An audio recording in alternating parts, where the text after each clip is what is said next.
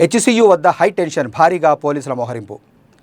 నగరంలోని Hyderabad central university వద్ద ఉద్రిక్తత చోటు చేసుకుంది. యూనివర్సిటీలో 400 ఎకరాల భూమిని ప్రభుత్వం విక్రయించవద్దని విద్యార్థులు నినాదాలు చేస్తున్నారు. ఈ క్రమంలో నిన్న సాయంత్రం 200 మంది విద్యార్థులను పోలీసు అదుపులోకి తీసుకున్నారు. అలాగే యూనివర్సిటీ వద్ద పోలీసులు భారీ సంఖ్యలో మోహరించారు. హైదరాబాద్ సెంట్రల్ యూనివర్సిటీ రణరంగంలా మారింది. వర్సిటీ పరిధిలోని 400 ఎకరాల భూమిలో వందలాదిగా మోహరించిన పోలీసులు విద్యార్థులపై లాఠీ దెబ్బలతో విరుచుకపడి దాదాపు 200 మందిని అరెస్టు చేయడం రాష్ట్ర వ్యాప్తంగా కలకలం రేపింది.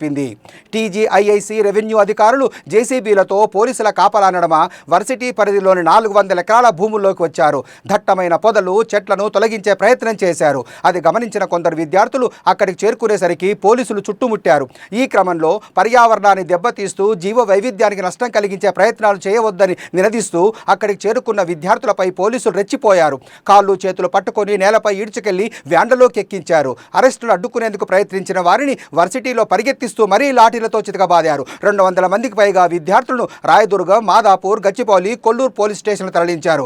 ఠాణాలకు తరలించే క్రమంలో ఎక్కడికి తీసుకెళ్తున్నారో చెప్పాలని అడిగినందుకు హెల్మెట్లు, ప్రొటెక్షన్ ఫీల్డ్తో విచక్షణారహితంగా కొట్టారు. కొందరు పోలీసులు తమను బూతులు తిట్టారని విద్యార్థులు ఆవేదన వ్యక్తం చేశారు. పోలీసుల అరాచకాన్ని ప్రశ్నించిన ఆడపిల్లలను మహిళా పోలీసులు జుట్టు పట్టుకుని నేలపై ఈడ్చుకుంటూ వ్యాన్ ఎక్కించారు. ఈ క్రమంలో పదుల సంఖ్యలో విద్యార్థులు గాయాల పాలయ్యారు. బట్టలు చిరిగిపోయినా పట్టించుకోకుండా విద్యార్థులు లాక్కెళ్లారు. అడ్డుకోపోయిన యువకులను కాళ్ళు చేతులు పట్టుకొని వ్యాన్లలో పడేశారు. పోలీసుల దౌర్జన్యాన్ని నిరసిస్తూ తోటి విద్యార్థులు వర్సిటీ మెయిన్ గేట్ ఎదుట బైఠాయించారు. బయటకు రాకుండా నిర్బంధించడంతో అక్కడే కూర్చొని ప్రభుత్వానికి వ్యతిరేకంగా పెద్ద పెట్టున నినాదాలు చేశారు.